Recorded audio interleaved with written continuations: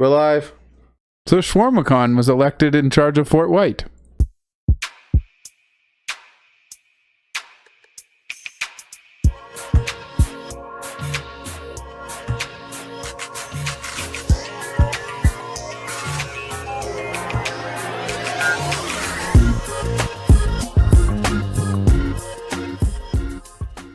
What do you think about that, Josh? Yeah, so I predicted the winner of the Fort White by-election, in which has always held a PC party member, has once again voted a PC party member.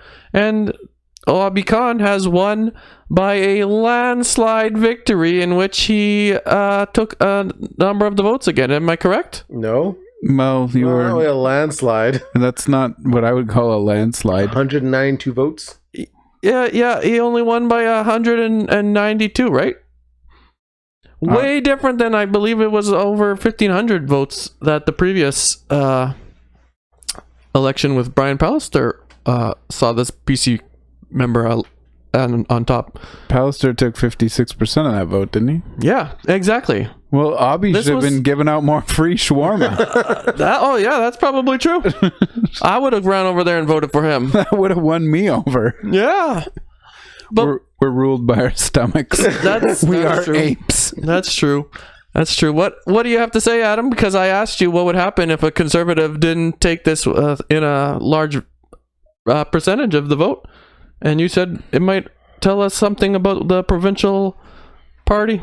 I think that this is something that the Conservative Party should pay attention to, because this is not a good sign for them. They should have won this easily.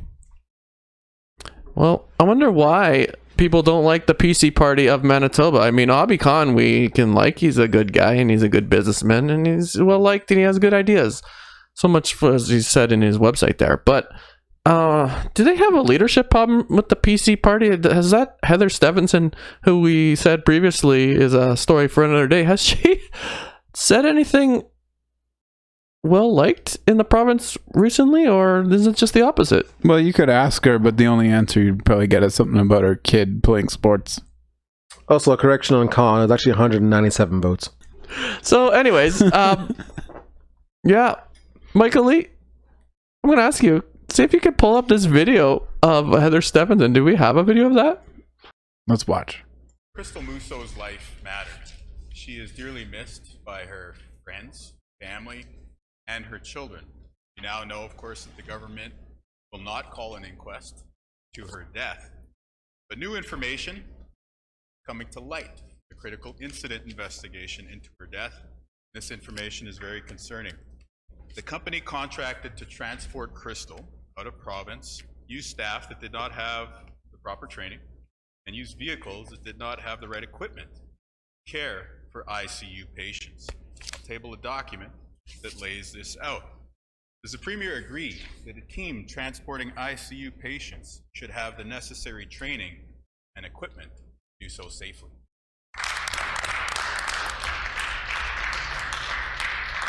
The Honourable First Minister. Thank you very much, Madam Speaker. And before I get to the member's question, I just wanted to say that sometimes it's we need to remember that we need to take time to celebrate our kids.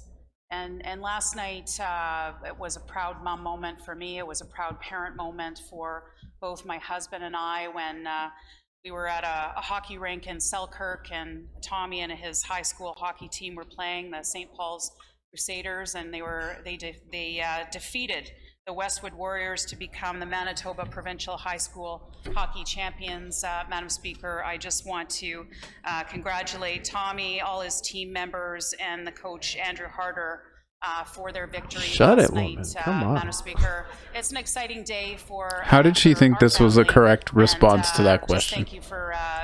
So he asked a very legitimate question, and she proceeded to take her whole time to yap about her kid winning a hockey game. What I'd like to know, and I'm not on camera saying this, but was there a talk about her kids and stuff before she just started talking about that? Or did she just bring this up randomly? I believe she just brought that up. Yikes. That's poor leadership on her part. I don't like her. I absolutely don't like it. I'll make it no secret. I bought a PC membership just to vote against her because she's such a terrible person as a leader. Like, absolutely has no idea of how she should be running a political party and actually focusing on policies and things that actual people care about in life here. Come on. Like, what is she going on about? I don't understand. I can't even begin to comprehend how that would, how, I don't know.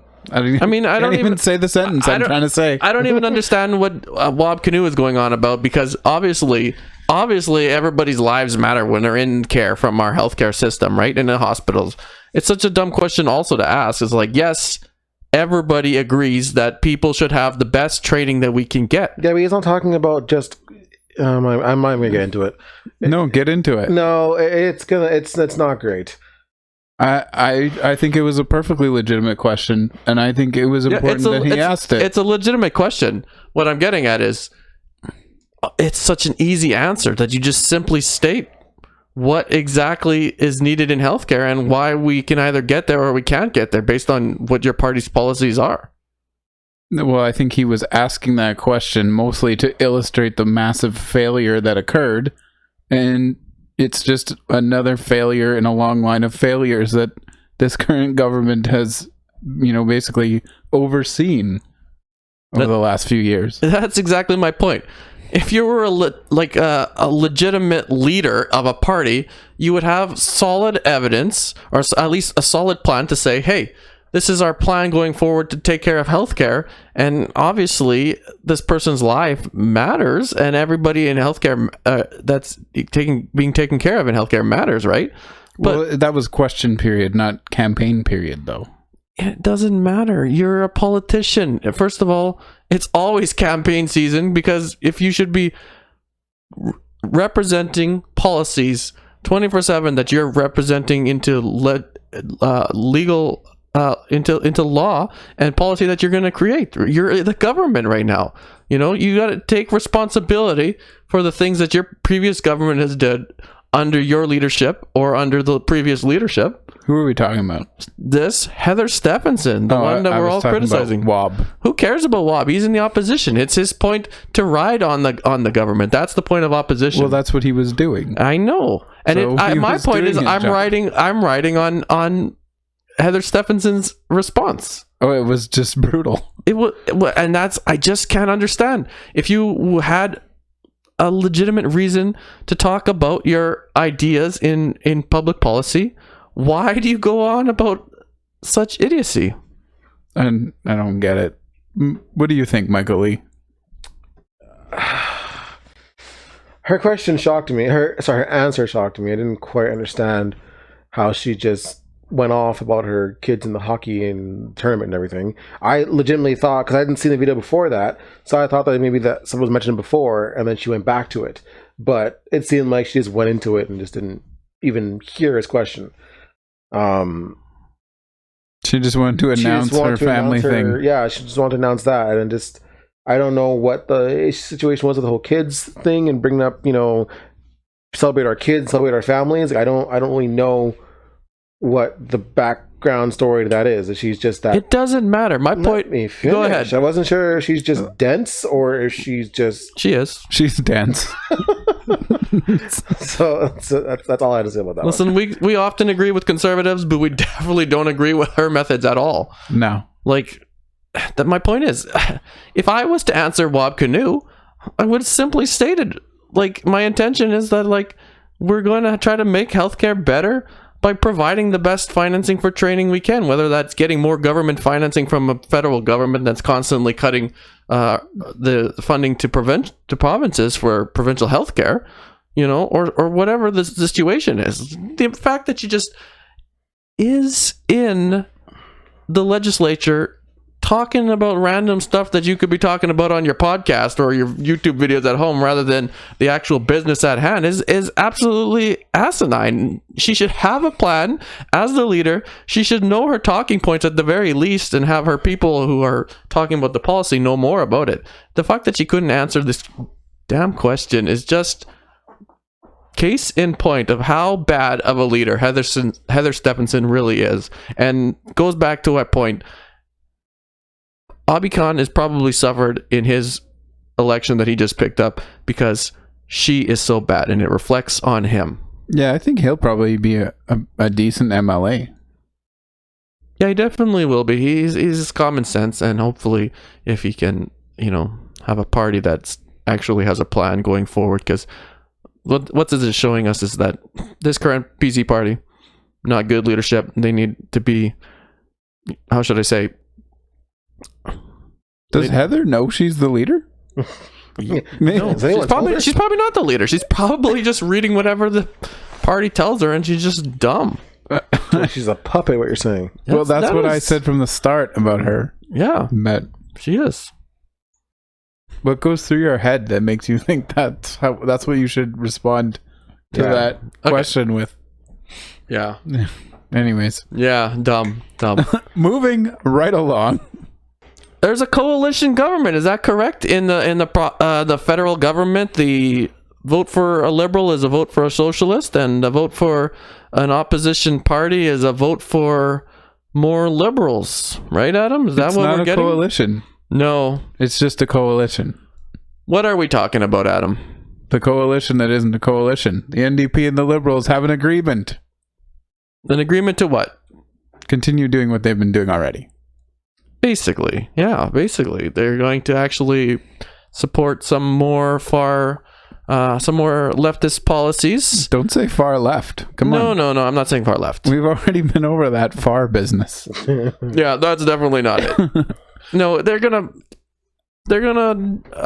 support some more socialist causes in the federal system here that we maybe can afford, maybe we can't. I don't know. Well, I don't think they know either, because they haven't really explained how they intend to pay for any of it. So the NDP government or the NDP opposition of what do they have? 20 seats?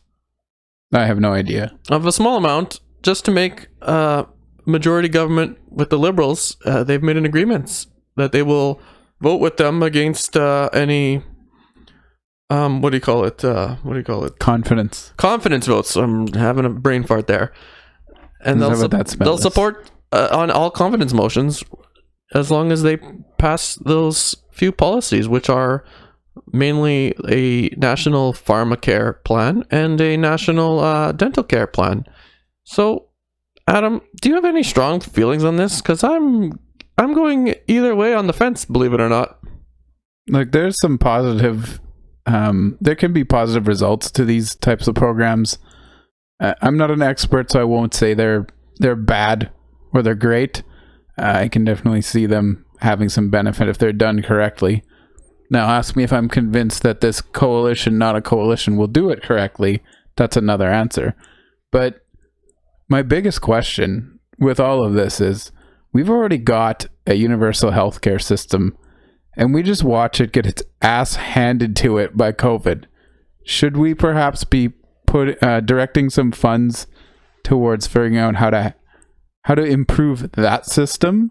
And I don't want to hear the cop-out answer of it's a provincial system, because it's not just a provincial system. It's funded largely by the federal government as well as the provincial government, and it's essentially a system in which both levels of government have to cooperate for it to be functional and improved. And I think that instead of throwing money at new universal programs, we should try to rehabilitate the important ones we've already got. That's a good point. And one way to do that might be to actually create a higher GDP for this country, where we actually make money and export goods and have a stronger dollar. Would you agree? Like what, Josh? What could we possibly export that we have lots of in this country that other countries in the world really seem to need right now? Please enlighten us. That is a good point, because as I see it right now, you know what our deficit at right now? No.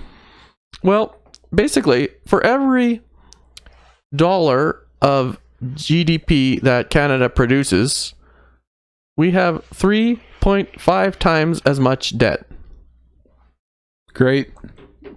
What does that mean for the average person? Oh, that just means that dollar is not going to go as far as it used to, because we're going to just have a weaker dollar based on the fact that we aren't a strong economic nation. And I don't know why we can't be a strong economic nation. Do you know why? Well, because we take our advantages that we have and then shoot them in the foot until they don't do anything for us. Yeah, by elitist leaders that are much richer than us average working people. And we get the shaft. We get the taxes, and we get the suffering from the policies that they enact. It's okay, because interest rates are going to go up. That'll fix everything. I was reading an article in Bloomberg News saying that inflation only really stings for the people that make under $300,000 a year. So just them. Yeah. So if you're just one of those people, inflation's going to make a big impact on your life. But other than that, if you're just a regular old wealthy person, don't worry about inflation. I don't know how many of you fall under that category, but I'm definitely not in that category. I'm in the category where inflation is concerning. Yeah. Yes, it is. It's definitely concerning.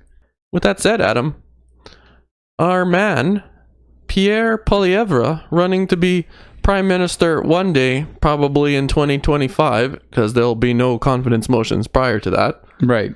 Unless some kind of crazy crossing the floor happens. He has a plan. Do you know what that is? He's going to eliminate just inflation? Yes. How's he going to do that? Michael, you pull up this plan.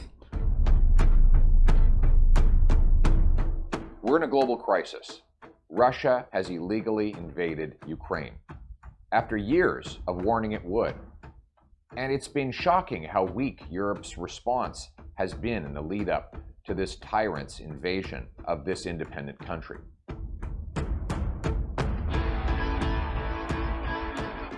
While some countries have stepped up to the plate, major European players are sitting on the sidelines, asking Russia nicely to stop the war. There's a reason much of Europe has cowered in the face of this thug: oil and gas.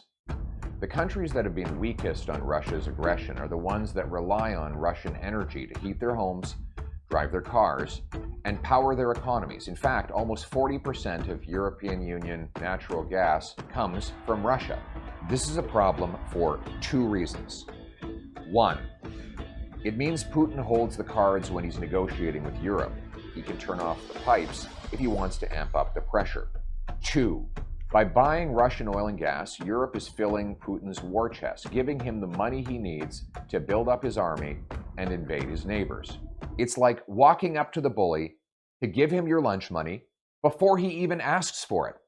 For example, the international community could have long ago crippled Russia's ability to do banking and fund war by cutting it off from the all-important SWIFT messaging system that connects over 11,000 financial institutions in hundreds of countries, a move that the French finance minister said would be a, quote, financial nuclear weapon. So why didn't they act long ago? Well, because European countries worried that if they cut Russia off the global banking system, Europeans would have no way of paying for Russian gas to heat their homes and power their industries. As always, petroleum is driving geopolitics. Europe has to beg Putin for energy, so Putin holds all the cards. But we can help take away those cards, because Canada has what Europe needs, and lots of it: energy. We have it coast to coast, a total of 1,300 trillion cubic feet of marketable natural gas resources, according to estimates by the Canadian Energy Regulator. But as the Financial Post points out, quote, Canada currently has no natural gas export terminals on either coast, thanks in part to a regulatory environment that often delays projects for years. So we have the energy, but we can't sell it to Europe or Asia.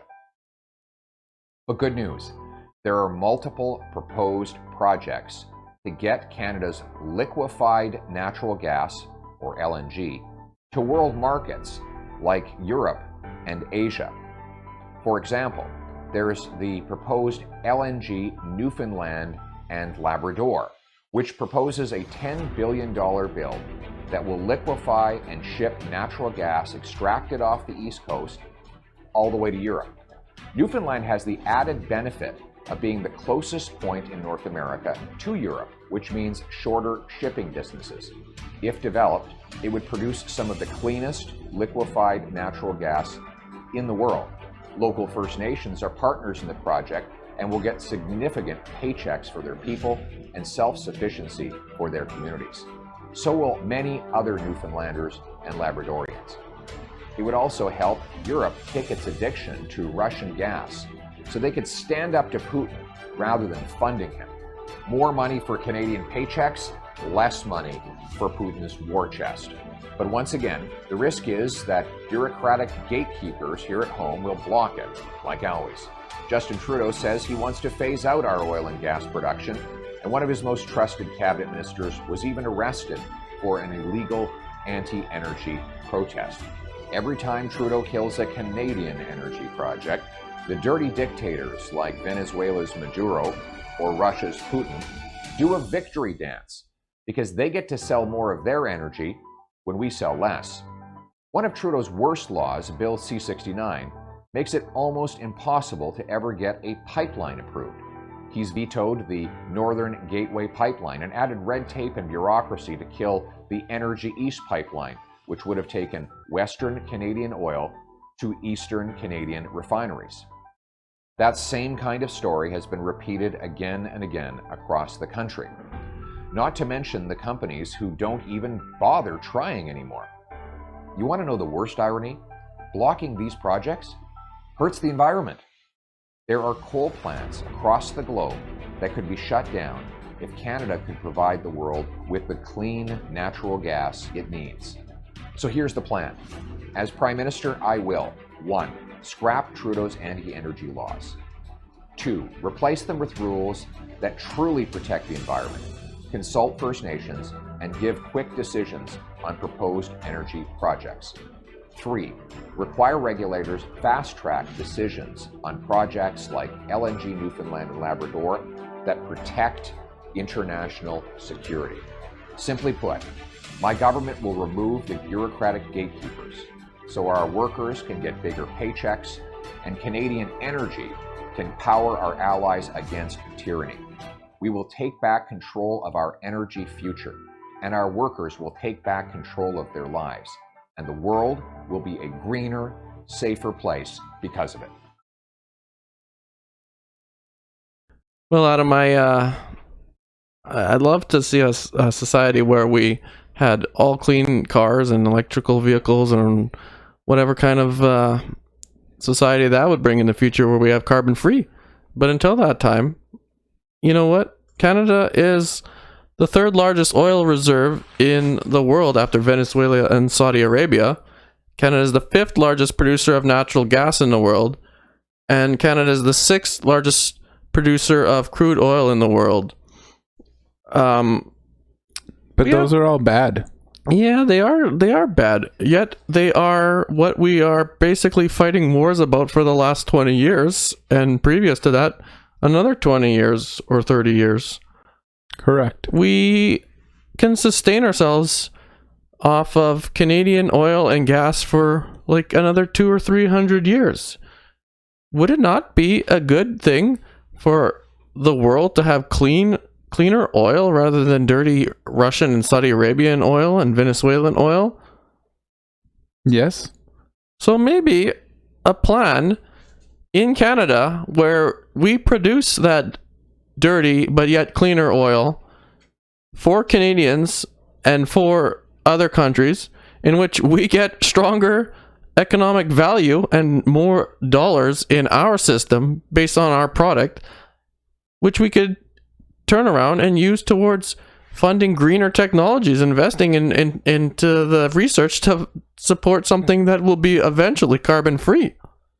Wouldn't it be a good idea to start in that route? It would be. It would definitely be better if Canada could be producing oil to help out a lot of those countries in Europe right now. Yeah. They wouldn't be so tied down to You're a particular saying country. allowing a country to fund a war off of their oil and gas is a bad idea, but yet not as bad as Canada producing its own clean gas and oil, in which they could use for the Canadian healthcare system, in which we are trying to improve? Something like that, yeah. What? You think it's better that we let Russia fund wars rather than Canada support its own healthcare system? Is that what you're saying? That's not what I'm saying. But No, but that to be seems what to some be people believe. That seems to be the reality of this world right now. We can't produce any more oil or gas because it's bad. Yeah, So instead, buy it from those countries right. Buy it from Russia. that ruin the planet. Right. Not a smart move. I think we should, in the time being, for the next 10 or 15 years, invest in that, because you know what? Who sees gas going away? Who's going to purchase these electric vehicles when the cost of them is astronomically more than the average person can afford? They are somewhat of a luxury right now, though that may change in the coming years, but we're not quite there yet. In the meantime, gas-powered vehicles are just cheaper, more accessible to people, which is going to matter as things get more expensive. So it's probably time to stop being so ideological about things and start realizing the reality that we're in and act accordingly. Isn't it just better then that the government pays for a bunch of drugs and people's dental to the tune of like over $100 billion with money that we don't really have as an income? Well, they'll pay for it with our money. They'll just tax us more. Okay, so what we're saying is we will get poorer from these taxes, and Correct. the drug companies will basically just get richer. This is a plan that the socialists have invented to funnel money towards drug companies. Well, allegedly, okay, so they'll tell you, the socialists, I don't know, whatever, they'll tell you the country will be able to pay less for these drugs if they are negotiating on a national scale. That is a true argument. I have read that we do currently spend, I think, 3 or 4 times as much on drugs as the U.S. does. In the U.S., obviously, with their national pharmacare plan, makes a lot of sense as to why we should go that same route, right? Yeah, how's that working out for them? Yeah, they don't have a national pharmacare plan, yet they're spending a lot less on drugs. Really? Well, how about their national dental care plan for lower income people? Yeah, they don't have one of those either. What? But the fact does remain that they do spend less on drugs, and it's probably due to the fact that they have a greater demand with their larger population of being like 10 times the size of Canada. Right. So will Canada suddenly be able to buy drugs for cheaper if basically the federal government is negotiating on behalf of all of us? Well, I guess we'll see, because I don't know if I fully believe that. But either way, maybe not. The plan calls right now. We were talking for support for drugs and pharmacare for households that make less than 90,000. Correct? I believe that's the dental care plan. Is that the dental care plan? Do we know any details of the pharmacare plan that they're actually projecting?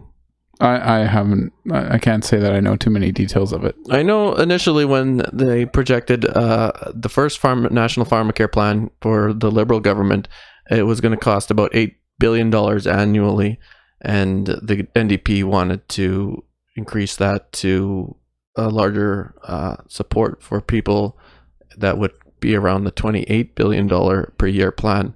That's quite the increase. Well, it's even more than that now. Of course, everything's more expensive. Yeah, it's an interesting subject. I'd be interested to know with the national pharmacare, what is the plan really? Because is it going to actually end up being national pharmacare in the most universal sense, in which our companies and unions that have lovely benefits for pharmacare are just going to turn around and say, why are we paying for drugs for our employees as well as through the tax system if the pharmacare is going to cover for everything? Yeah, it's a great question.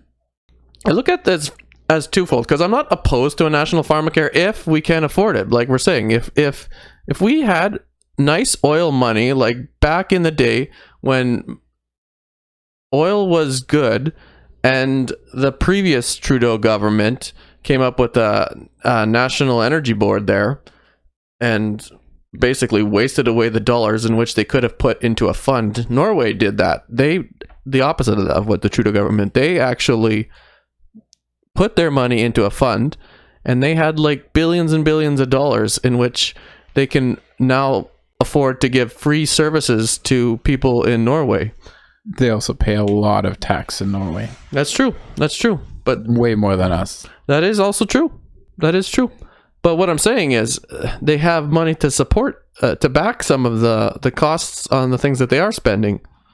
So with that being said, I had heard that Canada could have had a fund of over $700 billion if we had been working on that plan rather than spending the money. And that would have gone a long ways to strengthening the Canadian economy. Why didn't we do that? Well, people like to spend money instead of save money, but Well, presumably some of it was probably spent on things the country needed. Some of it. kind of. Yeah, that's a good video. You can actually pull up a couple articles on that or videos on YouTube about the Norwegian model and how it compares to Canada. But Perhaps we'll do that another day.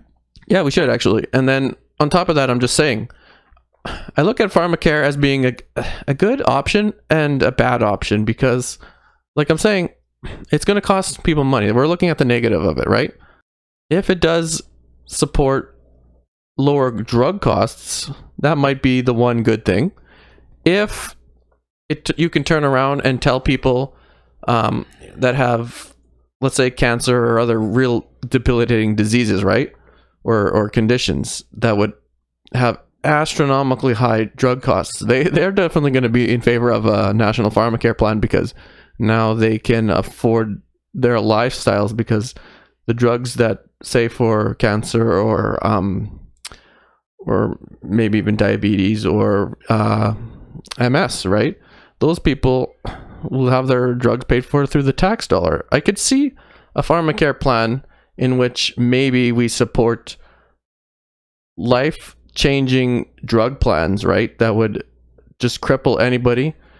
That might be a method in which we support pharmacare, and rather than a system in which we just pay for all drugs for everybody. You understand what I'm trying to get at here for an option for pharmacare? Yeah, if you have a condition and you need a drug for it and the treatments are like $100,000 a treatment, then maybe this plan should help you out. Yeah, well, yeah, if you have to spend like $1,000 a month or $2,000 a month on drugs, right? Sure. And you can't afford that. But let's just say we had a system where it just backed employee funded drugs, because like it's hard to understand. Like we need to have a system that's sustainable for pharmacare. These previous models that I was discussing at $8 and $30 billion basically were looked at as being unreasonable and unsustainable, and now we're gonna move ahead on a much more pricey system. I just, are they though? Are they gonna actually do it? Yeah, they're gonna do it. Allegedly. You don't believe them? Not really. What would be the point of the NDP supporting the current government up until 2025? What was the point of them supporting the Liberal government in the Emergencies Act? They complained that they didn't like it, and they did it anyways. You don't think they'll just do that again?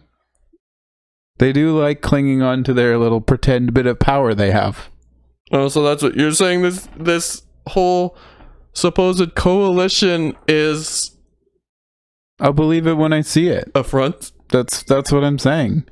I mean, the Liberals can do they can just keep their like method of doing everything half-assed and just offer the NDP some half-assed version of what they're asking for and going, oh, well, we tried. And the NDP can go, well, we don't like this, but we're going to vote for them anyways because we like being important. Yeah, when I heard this, I was like, okay, they're going to just move on a bunch of left policies. But are they? Yeah, so then I sat back and listened to Jagmeet Singh talk, and he was basically saying, if we don't like what we're seeing, will pull the support for it at any time. So really, They've already proven they won't do that. they're saying they might do it when they see fit.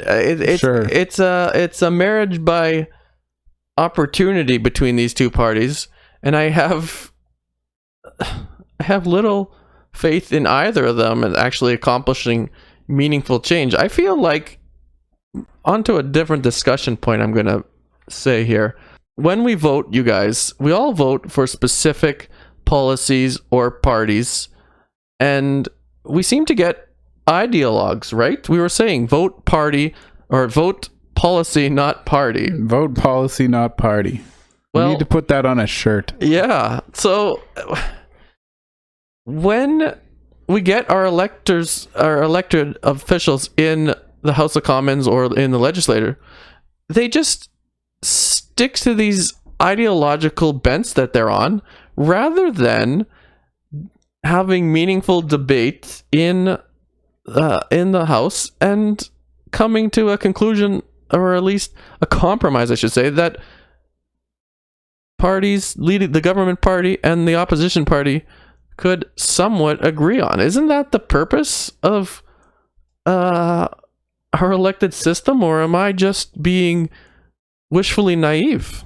Yes. I'm being wishfully naive. Well, that is the purpose, but you're being wishfully naive in hoping for it to happen. So you're saying yes to both. Yeah, I definitely think that we need to turn around, like I've been saying previously, and vote out these career politicians everywhere. Everywhere you see career politicians, they just worry more about getting their vote rather than actually what's good for people. And I think we need more debate. Like, if Michael Lee or Adam disagrees with me, we debate it, right? Whatever point it is on this show, we'll debate it, and then we'll come up with some kind of conclusion that is more sustainable between the three of us, that there's some form of agreement, right? Right. That's what we see. That's what our politicians need to do. And I don't see why they can't do it. I don't see why does our leader have to be such a power-hungry madman? Is that not what Justin Trudeau is? That's what he is now. Mm-hmm. Was he not that previously when the pandemic started and he asked for unrestricted power and the House of Commons not to sit and vote? Yeah, when he was just like, we're going to spend money and not pass a budget, and there'll be no debate on it. Yeah. Isn't it what he did when there was a we scandal being held, and the opposition parties were looking into it, and rather than having the opposition parties look into it, he called a snap election in which they canceled all the he prorogued Parliament. Yeah, so they couldn't look into that scandal that was going on. Yeah, he didn't seem like he was like this when he was first elected, but shortly after that, he canned a very popular Indigenous woman, from her position. Mm-hmm. He did that because of the SNC Lavalin affair. Yeah, she wouldn't do what he said. She tried to actually do her job. Yeah. And so now we have this prime minister trying to take control with another party. Is this just him holding on to power as long as he can, rather than debating with the House of Commons about what Canadians legitimately need coming out of this pandemic and coming into a situation where we have massive just inflation? Yeah, but these are big changes that they're talking about with the NDP. These idiots haven't done anything big since they've been in power. They legalized weed. That's about it. They're not going to just suddenly make all these huge changes all of a sudden because the NDP said so now. I don't buy it. I don't buy it. That's a fair criticism. I understand where you're coming from. I like to hear it too, and I just like to say, Justin Trudeau recently was talking in front of the European Union, and he made a couple of comments that highlight my point, at least in my opinion. I want to hear what you guys have to say, but he was talking about the Freedom Convoy and his opinion on that.